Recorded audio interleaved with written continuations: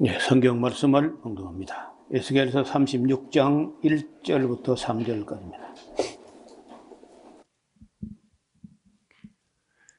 인자야, 너는 이스라엘 산들에게 예언하여 이르기를, 이스라엘 산들아, 여호와의 말씀을 들어라.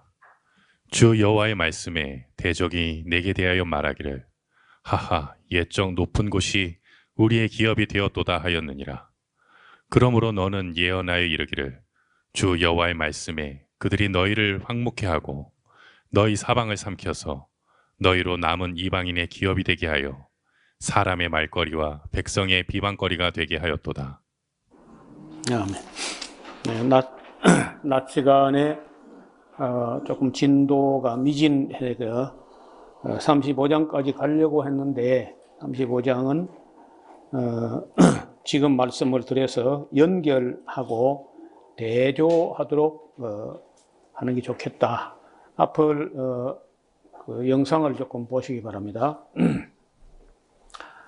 우리가 쭉 흐름을 보면은 이스라엘 주변 그 열국들이 다 심판을 받을 것이다 한 것이고, 그 다음에 이스라엘이 자꾸 의지하려고 했던 애굽은 반드시 미약하게 된다, 없어지는 건 아니고, 그 다음에 이제 오늘 오전에 본 대로 목자들이 백성을, 양들을 먹이지 않았다, 백성들을 치료하지 않았고 목자들이 흩어진 양들을 찾지 않았다, 목자들이 자기 배만 위하였다, 이제 이런 말씀을 봤는데, 오늘 35장에서는 그 이스라엘이 그렇게 징벌을 받거나 할 때 곁에서 가만 보고 그걸 아파하고 슬퍼하는 게 아니라 즐거워했던 사람도 있어요. 다른 이웃 나라가 망할 때 그걸 보고 고소해하고 즐거워하고 손뼉을 치고 아하 아하 하고 그런 못된 사람들인데, 그게 에돔 사람들이에요. 오늘 우리가 35장은 에돔이 반드시 망한다 하는 내용을 이제 볼 것이고, 이어서 오늘 함께 볼 말씀은 대조하는데, 35장에서는 에돔은 지금 기뻐하는 에돔은 망할 것이고, 지금 얻어맞고 있는, 또 앞으로 한동안 오래도록 나라가 망하고 세상 여러 개에 흩어져서 고난 당하고 어려움 당할 그런 이스라엘은 때가 되면은 반드시 회복한다. 반드시. 그 두 가지가 대비가 되는데, 지금 잘 나간다고 남들 망하는 거 보고 뭐 손뼉치고 까불고 하던 에돔은 망하고, 지금 하나님께 징벌을 받고 있는 이스라엘이 회복된다. 이렇게 이제 대조를 하면 좀 더 쉽게 보이지 않겠나, 이렇게 생각을 합니다. 여러분, 이 에돔이 멸망한다고 하는 내용은 여기만 있는 게 아니고 구약 성경에 크게 4군데, 5군데에서 거의 같은 어조로 이야기합니다. 첫째가 이제 오바댜서, 우리가 지난번에 봤죠. 오바댜서는 책이 짧은데 한 권 전체가 에돔의 멸망을, 혹독한 멸망을 예언했어요. 그 다음에 제1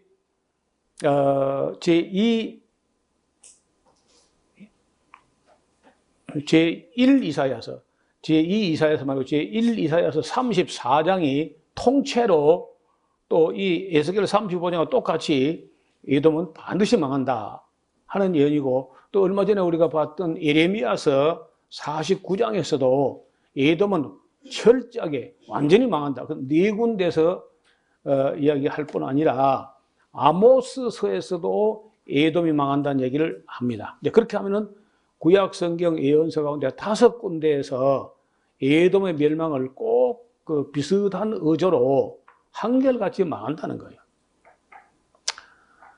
그런데 그 에돔이 망하는 이유를 보면은 다른 나라하고 달라요. 다른 나라는 보통 우상 숭배를 하거나 아니면 다른 신을 섬기거나 이런 영적인 문제, 종교적인 문제로 질책을 당하고 심판을 당하는데, 에돔에서 다른 신을 섬겼다는 그런 말이 없어요. 그 에돔이 망하는 건요, 윤리적으로, 도덕적으로 망한다는 거예요. 잘못됐다는 거예요.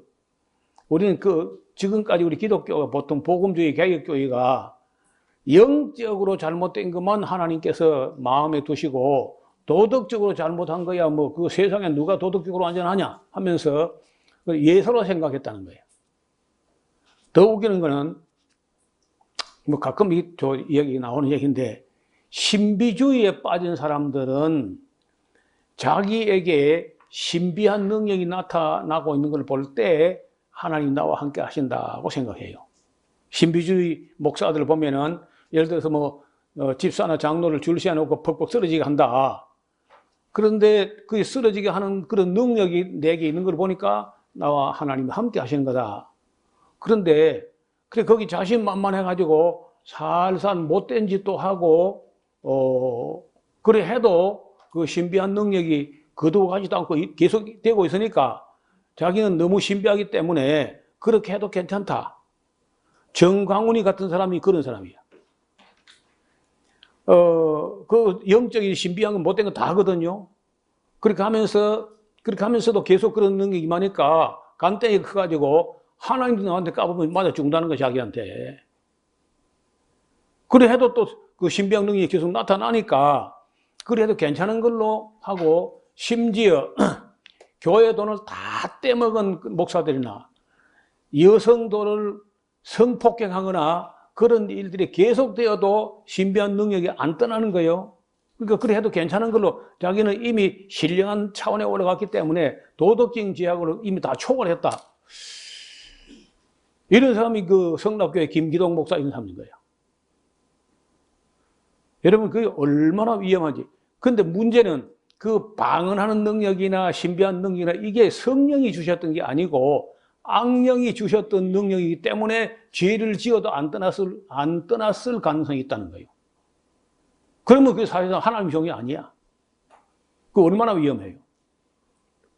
그리고 오바댜서 같은 거는 안 보는 거야. 예레미야 49장이나 에스겔 35장이나 이사야 34장이나 에돔이라는 나라가 영적으로 잘못된 거 이야기는 없고 도덕적으로 잘못된 걸 가지고 심판당한다는 이런 말씀 안 보는 겁니다. 그냥 오직 은혜, 오직 믿음, 오직 구원 이렇게만 하고 구원하고 상관없는 거는 예서로 무시하는 그런 풍조가 복음주의, 개혁주의, 보수주의에 더 많아. 한국에서. 그건 위험해 아주. 지금 우리 교단 총회장이 무슨 7계명과 관계된 어떤 스캔들이 있어가지고 총회 장소를 허락하려고 하는 소망교회가 그 지금 총회장이 사회를 하겠다 하면은 우리는 총회 장소를 내놓지 못한다. 이게 좀 난리가 났어요. 그래 아마도 이제 총회장 사퇴하고 그렇게 되는 모양입니다. 그래 온 동영상이 유튜브로 온 세계 다 퍼졌어 벌써. 이제는요, 참이냐 거짓이냐 그건 하나님밖에 몰라. 아무도 알 수가 없는 문제인데 그러나 마나 그런 소문이 났다는 것 자체가 우리 교단 수치거든요. 그런데 제가 전에 CTS 출연하고 극동방송 매일방송으로 9년씩이나 하고 이렇게 할 때는 전국에서 저를 아는 사람들이 이제는 많아가지고 전화가 많이 걸려서 응원을 하는데 대부분의 목사들의 7계명 문제야. 그래서 제가 그때도 방송하면서 목사들도 문제지만은 목사 곁에 여자가 뭐하러 가냐. 그래서 무슨 볼 일이 없잖아, 볼 일이요. 그래서 남자들은 물론 못됐지만은 목사 곁에 뭐하러 가냐고 여자들이 갈 이유가 없잖아요. 갈 필요도 없고. 그런 얘기를 또 제가 했는데 이래저래 욕도 많이 먹었지만은 그래도 그 남자들은 절대 믿으면 안 됩니다. 여자도 물론 믿으면 안 돼. 그 세상에 믿을 분은 없는 거예요. 예수님 외에는 믿을 리 아주 없도다. 모세도 안 돼, 모세도. 할아버지도 안 되는 거야. 다윗도 안 되고. 어떤 남자도 믿을 만한 괜찮은 남자는 없어. 3살 이하는 괜찮아. 그 7살만 돼도 안 돼. 7살만 돼도 그 위험해요. 절대로 그렇게 그러니까 옛날 어른들 말이 하나도 안 틀리네. 7세 남녀 7세 부동성인 거예요.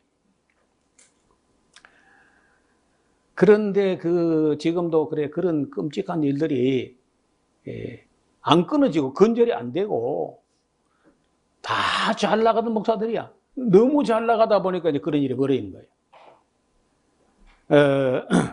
도덕적으로 심판하십니다.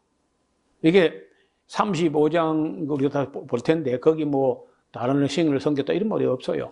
이스라엘 혹은 예루살렘이 패망하거나 외국 군대 침략받을 때 그가 도와주려고는 안 하고 기뻐했다는 거야. 기뻐할 뿐 아니라 바빌론 군대가 와서 예루살렘을 에워싸고 싸움이 벌어졌을 때 이 에돔 자손이 뒷문으로 가서 도둑질해서 너희끼리 많이 싸워라 하고 뒷문으로 가서 도둑질해 가는 거예요. 그런 악한 짓을 했는데 형제가 환난 당할 때 이 팔짱 끼고 수수 방관하는 것 해도 죄가 될 텐데 그 물건에 손을 댄다든지 또 대적에게 쫓겨가는 이스라엘 사람을 가로막아가지고 붙잡히게 해줬다든지 그리하고 너희가 심판을 피할성 싶으냐? 하나님 반드시 도덕적으로 심판하신다. 그런 내용인데 뭐 그리 어렵지도 않고 읽으면 알만한 내용입니다. 35장 여호와의 말씀이 또 내게 임하여 가라사대 이제 너는 얼굴을 세일산이 에돔이 둥지를 틀고 있는 그 산록입니다. 세일산으로 향하고 그를 쳐서 예언하여 이르기를 주 여호와의 말씀에 세일산아 내가 너를 대적하여 내 손을 내 위에 펴서 너로 황무지와 놀람이 되게 할지라. 여러분 최근에 왜 미국 때에 미국이 석유 때문에 많이 어려워졌을 때 갑자기 셰일 석유, 셰일 가스가 터져 나와 가지고 오바마 때 미국이 큰 소리 떵떵 치고 그래 하는 바람에 사우디아라비아 빈살만하고 사이가 안 좋아지고 이제 그렇게 해가지고 지금까지 틀어져 있거든요. 그 셰일이라는 말이 껌따. 셰일 석유라는 게 모래 옛날에 그냥 석유를 안반 속에 막 가득하게 차가 있다가 뚫으면 빵 터져 나오면서 그런 것만 진짜 석유라고 생각하고 유정을 뚫었는데 시꺼먼 모래가 올라와 버리면 에이 실패다. 헛짓부터 이렇게 이제 했는데 최근에는 그 모래하고 기름하고 범벅이 되어 있는 것, 퍼 올려도 올라오지도 않는 모래만 딸려오는 이런 걸 갖다가 거기다가 안에다가 물폭탄을 쏘아 넣어가지고 갑자기 그 안에 있던 물하고 모래가 분리되면서 모래는 가라앉고 기름은 떠올라오는 이걸 파내는 기술을 미국이 개발한 거야. 근데 그 양이 어마어마하네. 한 100년 퍼먹어도 돼. 그 바람에 사우디아라비아 너 없어도 우리 기름 얼마든지 있다. 이 까불다가 이제 틀어지고 반면에 중국이 그 틈에 사우디아라비아 손을 잡고 이 위안화를 가지고 석유대금 결제를 하고 주고받고 하겠다. 그러면 달러가 찬밥 되니까 이래가지고 미국하고 이제 중국하고 막 이 싸움이 벌어진 거예요.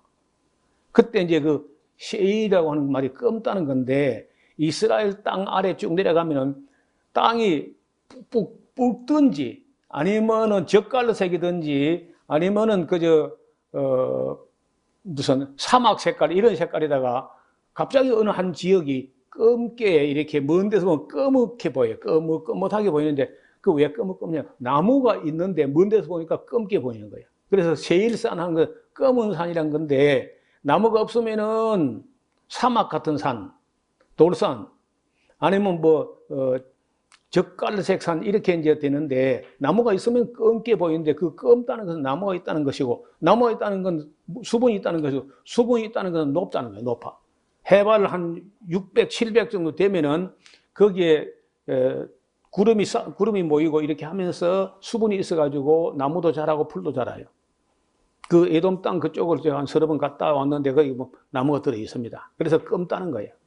옛날에 야곱이 바단 아람에 가서 20년 있다가 돌아올 때 야복강을 지나가지고 자기 형 에서를 만났을 때 에서가 같이 내가 너와 같이 해줄까 하니까 그 야곱이 그 형을 겁을 내면서 사양을 하고 하는 말이 저 형님처럼 그래 빨리 걸어가버리면 우리 양떼 소떼 다 죽으니까 형님 먼저 올라가시면 제가 천천히 세일로 가서 형님을 뵙겠습니다 이렇게 한다고. 세일로 가서 그 세일 땅이 요르단 남부 한참 해가지고 그 알아카바항으로 내려가는 왕의 대로가 있는 그 길목인데 해발 높이가 산줄기가 대체로 600, 700을 넘어가요.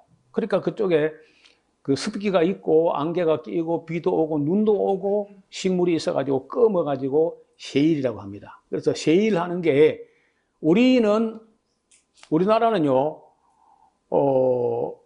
그 말이 있어요. 산자 수명이라고. 산은 보라색이고 물은 맑다. 그래서 산자 수명이라 그래요. 산이 왜 보라색이냐? 여러분 먼 산을 나무가 우거진 먼 산을 보면 초록색으로 안 보이고 먼 산은요 보라색으로 보여. 진한 보라색으로. 산자, 산이 보라색이고 물은 맑다. 산자 수명. 그쪽에서는 실제로 가보면 나무 있는 산은 검게 보인다니까. 그래서 세일산이라고 그래요.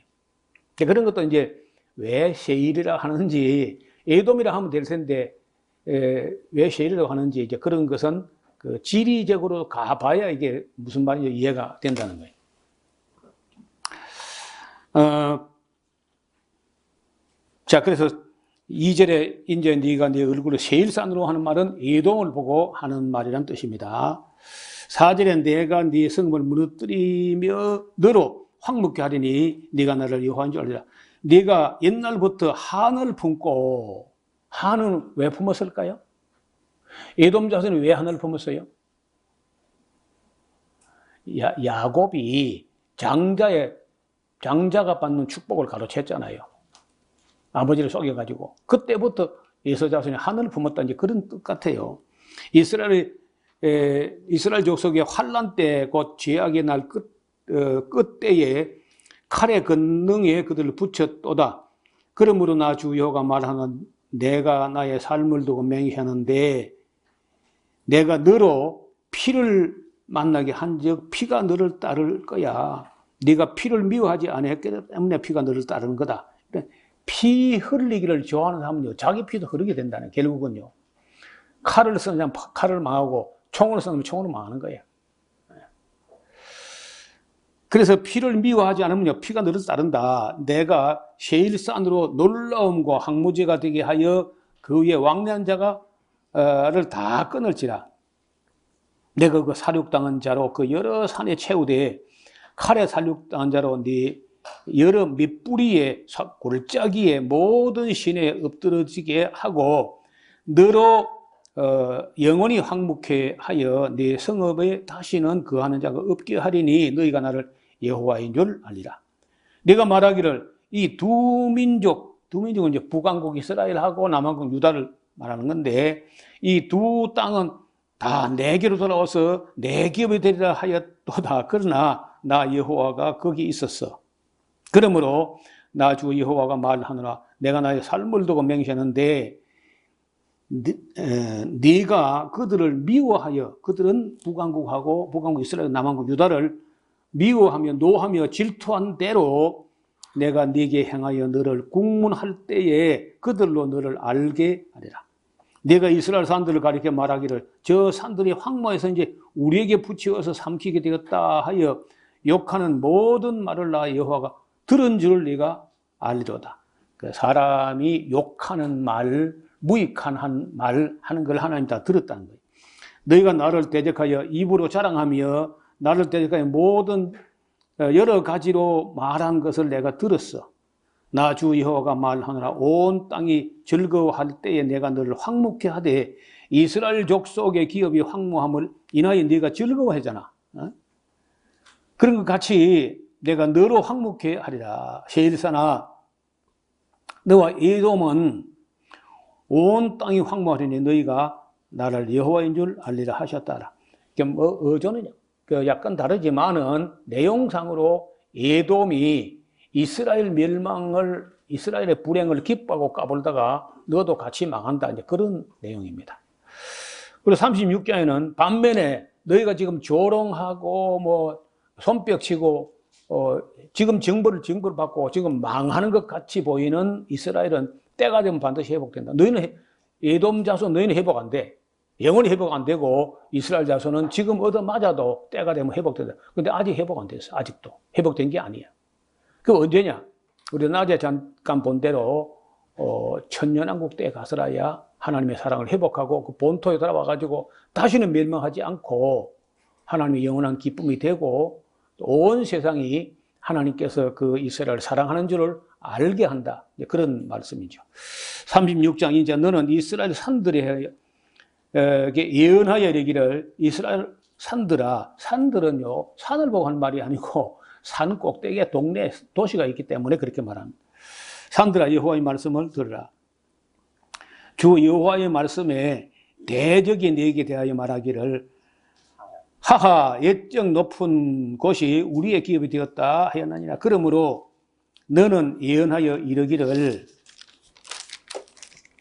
주 여호와의 말씀에 그들이 너희를 황묵케 하고 너희 사방을 삼켜서 너희로 남은 이방인의 기업이 되게 하여 사람들의 말거리와 백성의 비방거리가 되게 하였도다. 그러므로 이스라엘 산들아 주 여호와의 말씀을 들을지어다. 주 여호와께서 산들과 맷뿌리들과 시내들과 골짜기들과 황무한 사막들과 사면에 남아있는 이방인의 노랫거리와 조롱거리가 되어버린 성읍들에 대하여 말씀하셨느니라. 주 여호와의 말씀이 내가 진실로 내 맹렬한 투기로 남아있는 이방인과 에돔 온 땅을 쳐서 말하였노니 이는 그들이 심히 즐거워하는 마음과 멸시하는 심령으로 내 땅을 빼앗아 노력하여 자기 소유를 삼았음이니라. 그러므로 너는 이스라엘 땅을 대하여 예언하되 그 산들과 맷뿌리들과 시내들과 골짜기들에 대하여 이르기를 주 여호와의 말씀에 내가 내 투기와 내 분노로 말하였거니와 이는 너희가 이방의 수욕을 당하였음이라. 그러므로 주 여호와의 말씀 내가 맹세하였은즉 너희 사면에 있는 이방인이 자기 수욕을 정령 당하게 될 것이다. 그러나 너희 이스라엘 산들아 너희는 가지를 내고 내 백성 이스라엘을 위하여 과실을 맺으리니 그들의 올 때가 가까이 이르렀습니다. 내가 돌이켜 너희와 함께 하리니 사람이 너희를 갈고 심을 것이며 내가 또 사람을 너희 위에 많게 하리니 이들은 이스라엘 온 족속이라. 그들로 성읍들에 거하게 하며 빈 땅에 건축하게 하리라. 이것이 언제 그런 일이 이루어진다는 것이냐 하는 건 논의의 여지를 남기고 조금 더 봅시다. 내가 너희 위에 사람과 짐승으로 많게 하되 생육이 중다하고 번성하게 할 것이라. 너희 전 지위대로 사람이 거하게 하며 저희를 처음보다 낮게 대접하리니 너희가 나를 여호와인 줄 알리라. 내가 사람으로 너희 위에 행하게 하리니 그들은 내 백성 이스라엘이라. 그들은 너를 얻고 너는 그 기업이 되어 다시는 그들로 자식들을 잃어버리는 일이 없을 거다. 나 주 여호와가 말하노라. 그들이 너희에게 여기를 너는 사람을 삼키는 자요 네 나라 백성을 지한 자라 하거니와 네가 다시는 사람을 삼키지 아니하며 다시는 네 나라 백성을 지하지 아니하리라. 나 주 여호와의 말이니라. 내가 또 너로 열국의 수욕을 듣지 않게 하며 만민의 비방을 다시 받지 않게 하며 네 나라 백성이 넘어뜨리지 않게 하리라. 나 주 여호와의 말을 하셨더라.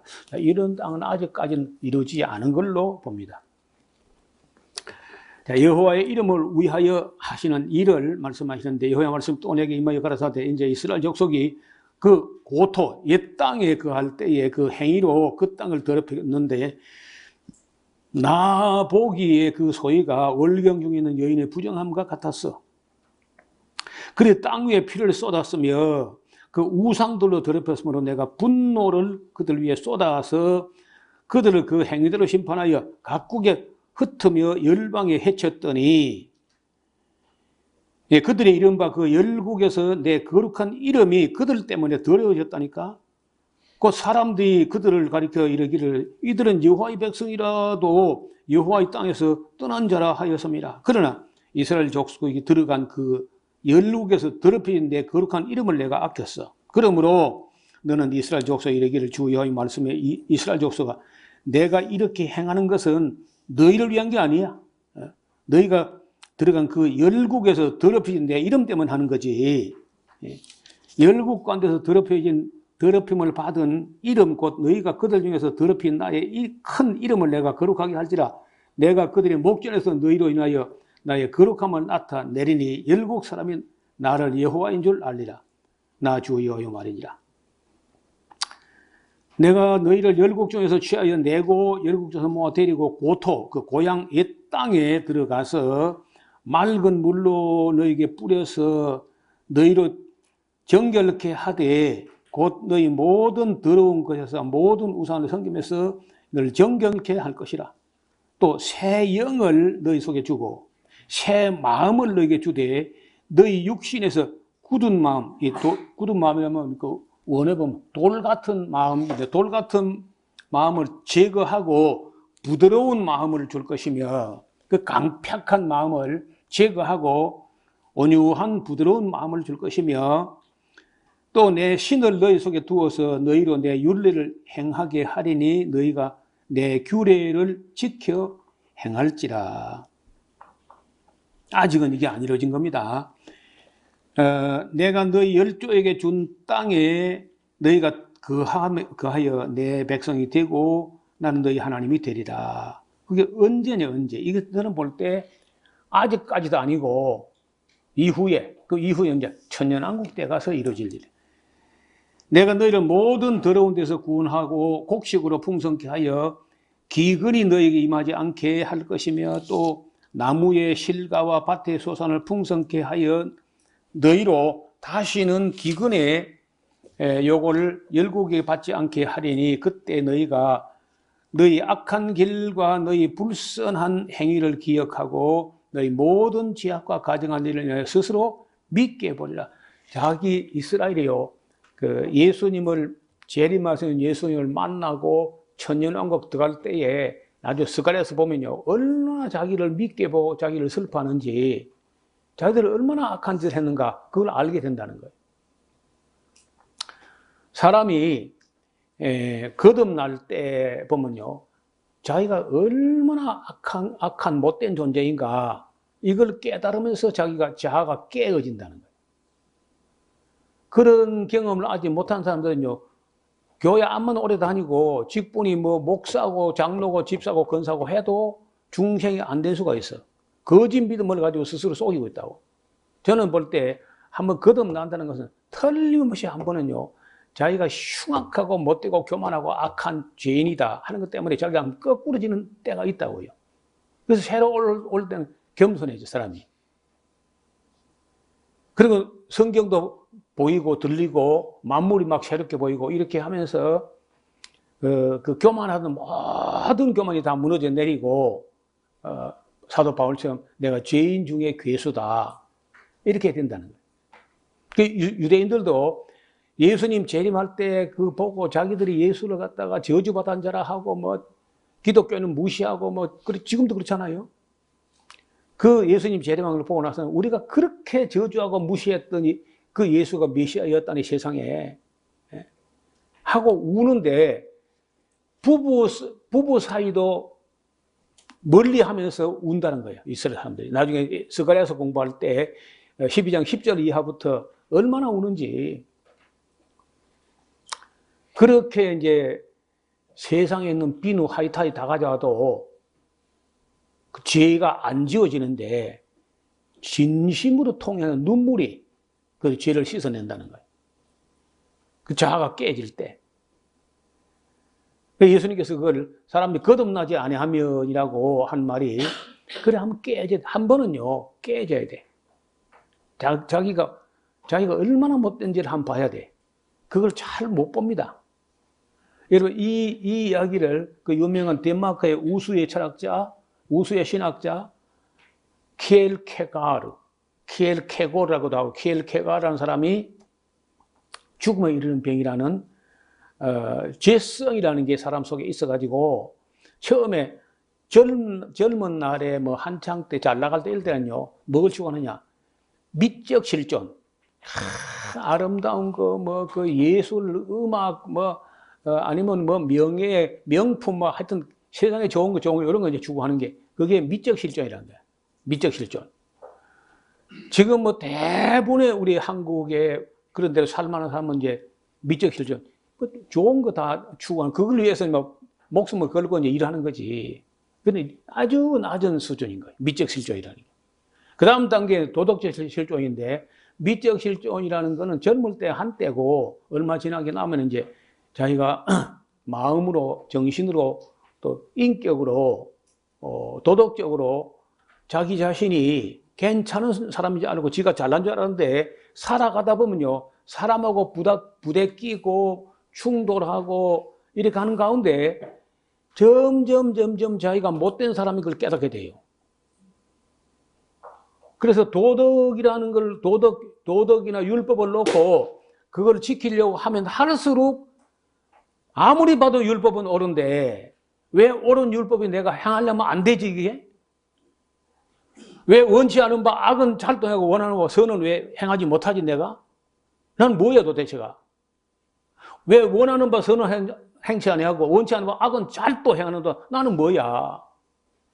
하고 이 도덕적인 실존, 윤리적 실존이 될 때 노력하면 할수록 자기가 점점 더 죄인 돼가지고 나는 거꾸로 나는 지옥 가도 싸다 하고 거꾸로 진다는 거야. 자기가 해놓은 거 보면요, 처음에 나설 때, 기도하고 나설 때는요, 오늘 선한 일 해야지, 좋은 일 해야지 나섰는데 저녁에 돌 때 만신창이 돼가지고 할수록 더 악한 모습이 보인다는 거예요. 그래서 거꾸로 지면서 비명을 지르며 절규하면서 오호라 나는 골치 아픈 존재로다, 나는 공고한 사람이로다 하고 거꾸로 지면서 제가 보니까 십자가에 달린 예수님이 보인다는 거예요. 그래서 네가 안 되기 때문에 내가 너를 위해 죽은 것이다 하는 십자가가 보이면서 영적 실존으로 거듭난다는 거예요. 그걸 켈케고라는 사람이 죽음에 이르는 병이라고 하는, 우리가 죄성이라는 건요, 반드시 죄여서 사망으로 가는 거야. 거꾸로 진다는 거예요. 그때 그게 이제 살아서 아직도 회개할 수 있는 여지가 있을 때 도덕적, 윤리적으로 바로 서버리고 노력한 사람만 깨진다는 거야. 노력 안 해본 사람은요, 아직도 자기가 마음만 안 먹었어요. 마음만 먹으면 자기는 선한 성자가 될 수 있을 줄로 생각해. 그건 안 해본 거야. 해본 사람은요, 안 되는 건 안 된다는 걸 깨닫게 돼. 그걸 거꾸로 진다요. 그래서 사람마다 다 죽음에 이르는 지옥 가는 병을 이미 다 안고 있어. 날 때부터 갖고 있다고, 다. 근데 아무것도 안 하고, 뭐, 자연인처럼 뭐, 아니면 절간에 가서 아무 욕심 부릴 것도 없는 데 가서는요, 제법 신령한 적, 거룩한 적 할 수 있어요. 근데 예수님 말씀에 세상의 소금이 돼가지고 세상 속에서 부대껴 살다 보면요, 자기가 못된 거야. 아주 욕심투성이고, 자기밖에 모르고, 이기적이고, 그런 자기를 보면서 그 윤리적 실존, 도덕적 실존이 깨진다는 거예요. 깨지고 무너지고 엎어지고 거꾸로 지면서 예수님을 바라보게 되고, 그래서 예수님이 아니면 우리가 희망이 없다는 걸 깨닫고, 거기서 이제 손을 내밀면 예수님께서 건져 주시는데, 그런 경험이 사람마다 약간 다르지만은 그 중생에 거듭난다는 사람. 그 유대인들은 지금까지 거듭난 사람은 없는 거라.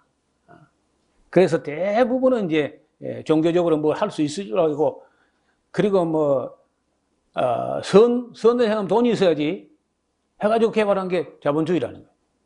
자본주의 유대인이 만들었어요. 공산주의도 물론 유대인이 만들었죠. 민주주의라는 것도 유대인이 만든 거야. 대통령제도 유대인이 만드는 거예요. 그러니까 유대인들은 자기들이 제일 똑똑하고 노벨상을 제일 많이 받고 제일 잘 나가고 그런 줄로 알고 있는 거야. 근데 얼마 안 가서 제가 볼 때는요, 지금 이스라엘 하는 걸 보세요. 지금 프랑스에서는 그 인종차별 안 하지 말아야 된다는 의식이 가장 강렬한 서방 중에 하나가 프랑스야. 그래서 그 놀랍게도 이 파리 시내를 가보면요, 히잡을 쓴 여자가 많습니다. 중동에서 $5달러를 가지고 프랑스 파리 예술의 거리에 살겠다고 온 사람이 많이 모여들어가지고, 프랑스 여자들이 아이 하나 낳을 때 이슬람 사람들은 4명, 5명, 6명끼리 막 낳는 거예요. 그래서 앞으로 100년 안에 파리는 이슬람교 나라가 된다. 호언장담만 한다고. 그러면서도 인종차별하지 않고 종교차별하지 않고 다 받아주겠다는 게 프랑스였는데, 그렇게 하다 보니까 아프리카라는 데서 지중해를 건너서 유럽 땅으로 해가지고 프랑스 온 사람이 너무 많아. 불법 이주민들이 막 너무 많이 들어오니까 그걸 막아내자고 하는 우파가요, 이번에 그 유럽 연합의 그 의원들 되는 사람들이, 의회가 유럽 연합 의회 사무실이 프랑스에 있는데, 그 극우파 사람들이 대거 장악해버리고 하니까 지금 프랑스에서 우리 프랑스가 어쩌다 이렇게 타락해가지고 극우파가 됐냐, 우리 프랑스는 이런 나라가 아니었다 하고 지금요 난리가 나니까 마크롱이 그냥 국회 해산해버리고 조기 총선을 가가지고 진짜 심판 받아보겠다. 어떻게 프랑스가 어떻게 극우파로 가냐. 그런데도 이제 국민들 쪽에서는 우리가 인종차별도 안 하고 평등을 주장하지만은 그렇지만 너무 많이 몰려오잖아, 이 불법 이민자가. 우리가 어떻게 감정하니? 근데 유럽 전부 다 너무 많이 밀려오는 것 때문에 못 견뎌가지고 전부 극우파 성향을 의원들이 막 대거 당선이 되는 거예요. 그래서 지금 프랑스에서 뭐 이러냐, 반유대주의가 머리 들고 난다. 옛날에 독일에서 반유대주의 하다가 그렇게 못된 짓 해가지고 반성을 그렇게 하고, 프랑스는 그거 봐라 막 하고 했던 그 프랑스가 반유대주의 이러는데, 이스라엘 하는 꼴을 봐라, 미워하게 안 생겼나 하고 지금 난리야. 앞으로요, 지금 현재 이스라엘 하는 저 꼴로 계속하면요, 세상 모든 나라로부터 또 반유대주의, 유대인 박해가 일어날 수 있어요. 그래 안 되기를 바라지만 그럴 가능성이 큽니다. 왜? 유대인들 중에 극우파는요, 네타냐후는 저리 가라야. 그건 네타냐후는 보통 사람입니다. 이스라엘의 극우파들은요, 네타냐후 보고 왜 하마스 이걸 다 때려 죽이지 않고 왜 살려놔두느냐, 이 정도거든요. 그래서 앞으로 그 지금 현재 이스라엘, 이순 가짜 이스라엘인데, 이 사람들은요, 온 세계로부터 미움받게 될 가능성이 커. 그렇지만 지금 현재 이스라엘 땅을 갖고 이제 차지하고 있으니까, 그래서 온 세상으로부터 유대인들이 미움을 받아가지고 못 살게 되면은 어쩔 수 없이 갈 때는 팔레스타인밖에 없다 하고 가나안 땅으로 올 겁니다. 와가지고 이제 지금 현재 그 백인계 유대인 말고 진짜 아브라함과 이삭과 야곱 자손 혈통상 유대인들이 그 땅을 돌아오는 것은 아직은 안 돌아왔다고 봐요. 아직은 대부분이 백인들만 돌아왔고, 원래 우리처럼 아브라함과 이삭과 야곱 자손, 우리처럼 황인종인데 이런 사람들은 극히 일부분 돌아왔어요. 왜 돌아오느냐? 왜 그 돌아오게 되겠느냐고 할 때 틀림없이 앞으로 유대인은 미움받습니다. 자본주의 때문에도 미움받게 돼 있어요. 얼마 안 가서. 왜냐면요, 온 세계에서 돈을 지 멋대로 찍어서 지금 온 세계에 유통되고 있는 소위 말하는 기축통화라고는 달러화를 유대인 마음대로 찍어내거든요. 마음대로. 일도 안 해도요, 찍어낼 수 있으니까. 그리고 그거 찍어내가지고 미국 국채를 사줘. 그럼 미국은 계속 부채를 짊어지면서 유대인에게 빚을 지게 되고, 유대인은 채권자고 미국은 채무자가 돼요. 그 누가 강한 거예요? 채권자요, 채무자요? 채권자가 훨씬 강한 거야. 그러니까 아무리 뭐 바이든이든 트럼프든 간에 유대인 시kin대로 안 하고 미국 나라 유지가 안 됩니다. 그런데 포퓰리즘이 뭐 따로 없고, 지금 온 자본주의 세계에서 정권을 유지하기 위해서는요, 세금을 깎아준다고 해야 표가 나와. 감세 정책. 바이든도 감세, 트럼프는 더 감세해 준다는 거야. 표 얻으려고. 그럼 감세하게 되면은, 그러면 재정은 안 쓰느냐? 아니, 1년에 정부가 세입만큼, 세금으로 들어올 예산만큼 예산 한도 안에서 재정을 집행하고 그렇게 검소한 정치를 하게 되면 그 다음 표가 나오잖아요. 무조건 돈을 또 빌려가지고, 미국에서는 돈을 찍어내는 권한이 없으니까 미국은 돈을 못 찍어내요. 미국은 자기 나라 그 조폐은행이 없습니다. 유대인 은행에서 돈을 빌린다고. 그 유대인은 계속 돈을 찍어서 빌려주고 채권을 사주고. 그러니까 미국이 안 망하는 것은요, 미국이 정치를 잘해서 안 망하는 게 아니야. 계속 돈을 빌려줘요. 무한대로 빌려주는 거예요. 지금 34조 달러. 34조 달러면은요, 미국 국민 1인당 1억씩을 빚을 짓는 건데, 정치하는 사람들이 빚을 졌는데, 그걸 국민들이 갚아야 될 거 아니에요? 그런데 만약에 미국 경제가 끝없이 뭐 예를 들어서 아이폰 같은 거라든지 뭐 챗 GPT라든지 그런 정보와 소프트웨어가 무한대로 발전돼 가지고 한도 끝도 없이 계속 발전하고 계속 사람들이 태어나고 해가지고 계속 산업 규모가 커지면은 또 빌리고 또 빌리고 미래가 누군가 우리는 못 갚아도 미래에 누군가 우리 손자 우리 정손자 고손자 현손자 갚겠지. 그거 얼마나 악한 거예요. 자기 손자에게 돈을 빌려가지고 선심 정치를 하다니. 그게 말이 돼요? 태어나지 않은 사람에게 돈을 빌려가지고 인기 정치를 한다. 그 국민을 속이는 거 아니야. 근데 그보다 더한 사람들이 일본 사람들이야. 일본 자체 돈을, 미국 정부가 돈을 찍는 게 아니고 FRB가 돈을 찍어내지만은 일본은요, 그냥 자체를 찍어냅니다. 그래서 양적 완화라 하면서 돈을 무제한대로 푸는데 이제 휴지가 되어 가고 있어요. 그래서 일본은 이제 언젠가는 그 일본 화폐는 휴지다. 이렇게 되면 이제 일본 회복이 안 되는 거죠. 그러니까 지금 공산주의라는 건 진작 빨리 무너졌고 지금 이제 자본주의 차례가 다가온 거예요. 근데 미국은 왜 안 무너지냐? 미국 내가 보다 안 무너질 것 같아. 왜? 무한대로 빌린다니까?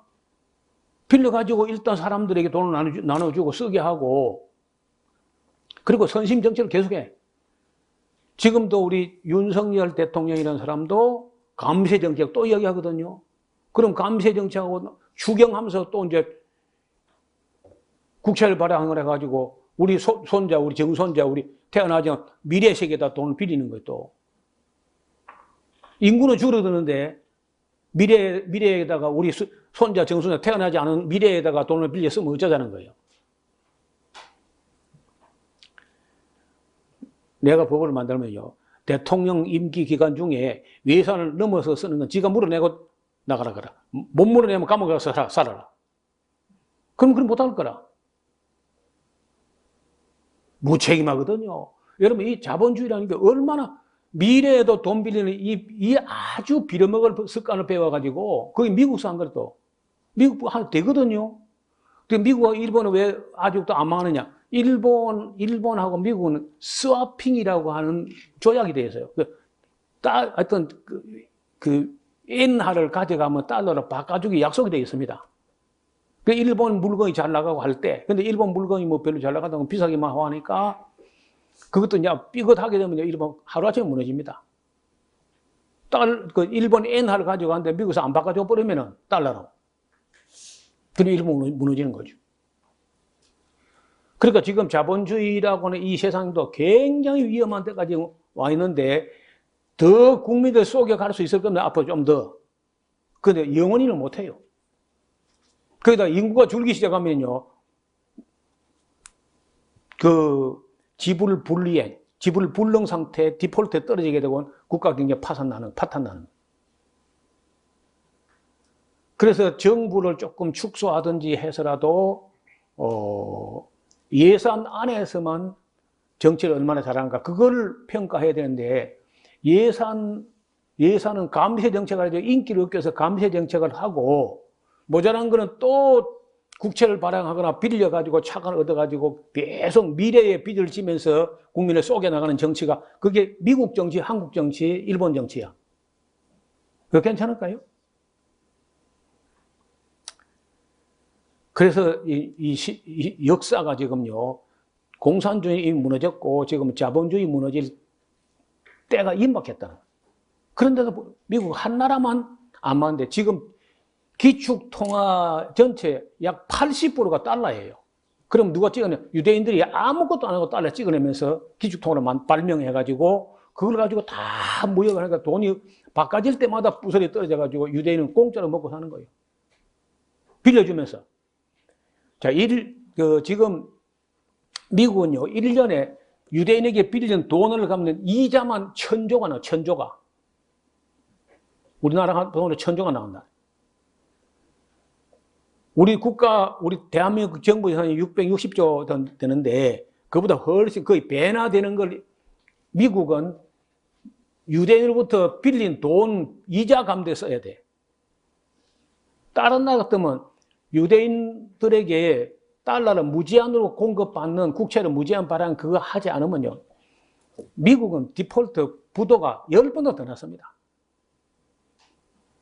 그래서 미국을 너무 믿지 말라는 거예요. 지금 전쟁 두 군데 벌여놓고 너희 지금 허덕허덕 하거든요. 또 빌리는 거예요. 또 국채 발행하는 거예요. 언젠가 제가 말하면 노목상 경제 전공도 아니지 않소. 정치 전공도 아니지 않소. 왜 엉뚱한 소리 자꾸 하냐. 그래서 진짜 전문가 강의를 들어볼 수 있도록 특강을 제가 준비하고 있습니다. 들어보면 깜짝 놀랄 거예요. 대한민국도 정신 차려야 됩니다. 중국만 망하는 게 아니고 일본만 망하는 게 아니고 우리도요. 거의 우리 눈앞에까지 다가왔다는 우리 경제는 끝났다 하는 건 얼마 안 남았어. 자, 자기가 지은 죄와 자기 못된 성품 때문에 자기 스스로를 밉게 보는 날이 온다. 그런 얘기. 32절 나 주 여호와가 말하는 내가 이렇게 행하는 너희를 위한 게 아니야. 이스라엘 족속아 너희 행위를 인하여 부끄러워하고 한탄할지어다. 주 여호와가 말하는 내가 너희 모든 지역에서 정결케 하는 날에 성읍들의 사람이 거접되게 하며 황폐한 것이 건축되게 할 것인즉 전에는 지나가는 자의 눈에 황무하게 보이던 그 황무한 땅이 장차 경작이 된다는 거예요. 사람이 이르기를 이 땅이 황무하더니 이제 에덴 동산같이 됐잖아. 황야하고 정모하고 무너진 성읍들의 성벽과 거민이 있다고 하면서 너희 사면에 남은 이방 사람이 나 여호와가 무너진 곳을 건축하며 황무한 자리에 심은 줄을 알게 될 거다. 나 주 여호와가 말하였으니 이루리라. 나 주 여호와가 말하나 그래도 이스라엘 족속아 이와 같이 자기들에게 이뤄주기를 내게 구해야 할지라. 내가 그들의 인수로 사람의 수가 양떼같이 많아지게 하되 제사들의 양떼 곧 예루살렘에 정한 절기의 양떼같이 황폐한 성읍에 사람의 떼로 채우게 될 것이다. 그런즉 그들이 나를 여호와인 줄 알리라 하셨느니라. 이렇게 말할 때 사람들이 안 믿어지는 거예요. 아니 이렇게 망했는데 이게 뭐 이스라엘이 회복된다고요? 그래, 회복된다. 그래서 이제 에스겔도 아마 못 믿어 했던 것 같습니다. 하나님이 이 나라가 지금 에스겔이 이걸 쓸 때는 북왕국은 150년 전에 이미 망했고 남왕국도 금방 몇 년 전에 망했거든요. 그 남북왕국이 다 망해버렸는데 온 세상에 뿔뿔이 흩어져 버렸는데 흩어져서 다 해골이 돼버렸는데 이게 회복된다고 하니까 안 믿어지거든. 에스겔도 안 믿어졌을 거라. 그래 너는 못 믿을 거다 하면서 에스겔 하여금 어느 골짜기를 가서 보여주는데 뼈다구가 사람들의 뼈다귀가 막 그렇게 말라 널브러져 있는 겁니다. 어느 두개골이 어느 가슴에 붙어 있는 건지 어느 대토골이 누구 건지 분간 안 되면 막 헝클어져서 막 널브러져 있는데 그 에스겔 보고 묻는 거예요. 야, 너 이게 일어날 수 있겠나? 그렇게 에스겔이 아이고 제가 그걸 어떻게 합니까? 하나님이 아십니다. 네가 명령을 해봐라. 해가지고 그 31장인데 해골 골짜기에 있는 해골들이 살아 일어나가지고 가죽이 덮여가지고 큰 군대가 되어가는 거 보여주는 거예요. 너 이거 믿을 수 있나? 글쎄 내주에 주께서 알리리다. 나는 모르겠다는 거죠. 그런데 지난번에 이제 48년도 5월 14일에 지금 현재 이스라엘이 나라를 선포될 때 막 그게 에스겔 37장 이게 이루어진 거다고 막 스스로 혼자 막 지레 빨리 막 감격하고 했는데 제가 볼 때는 아닙니다. 그건 순 가짜 이스라엘 속임수고 진짜 이스라엘이 회복될 날이 온다는 거예요. 그거는 지금 가짜 이스라엘이 악한 짓 못된 짓 다 하다가 온 세상부터 미움 받아가지고 진짜 유대인들이 유대인 혐오주의 때문에 못 견뎌서 이제 돌아올 때가 있다는 거예요. 그때 가서 할 말이야. 아직은 아니야. 아직은 아브라함과 이삭과 야곱 자손들은 거의 대부분 이방인에 흩어져 있습니다. 그들이 이제 돌아오는 날이 오게 될 텐데 왜 오느냐? 지금 현재 이스라엘이 너무 악하게 해. 팔레스타인 사람들에게 너무 못되게 한다고. 언젠가는 이제 그런 것도 한번 또 정리하는 날이 올 텐데 37장을 읽어 오시면은 수요일에 공부하게 될 것이고 38장, 39장도 중요한 게 거기에 보면요. 마고왕곡 한 사람들은 스키티아로 간 사람들인데 그게 옛날 마곡 땅이야. 스키티아. 지금 현재 우크라이나입니다. 우크라이나.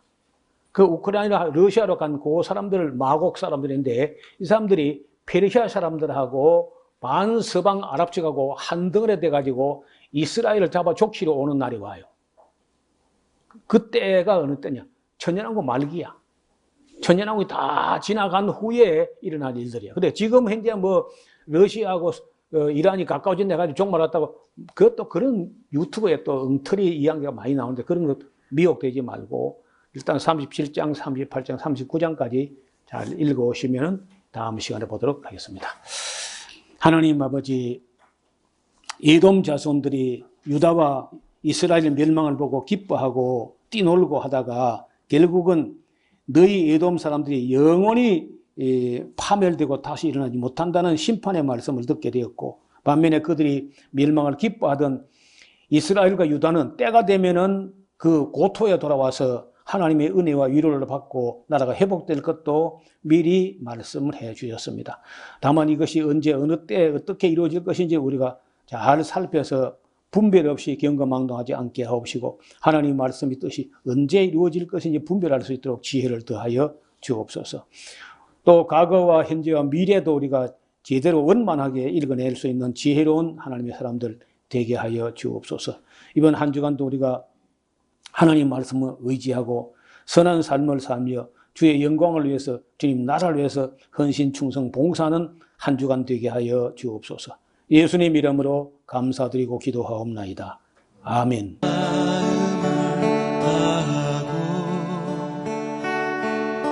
성품을 다하고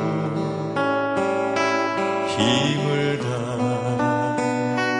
다하여서 여호와를 사랑하라. 내게 준 계명을 마음에 새기고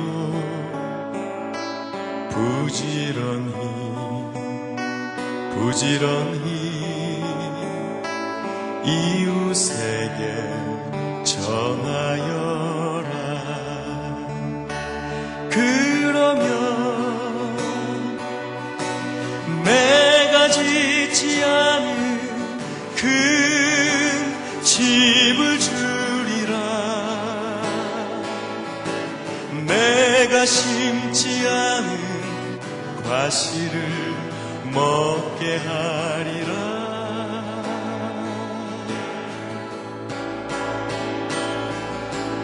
그러나 한 가지 잊지는 말아라.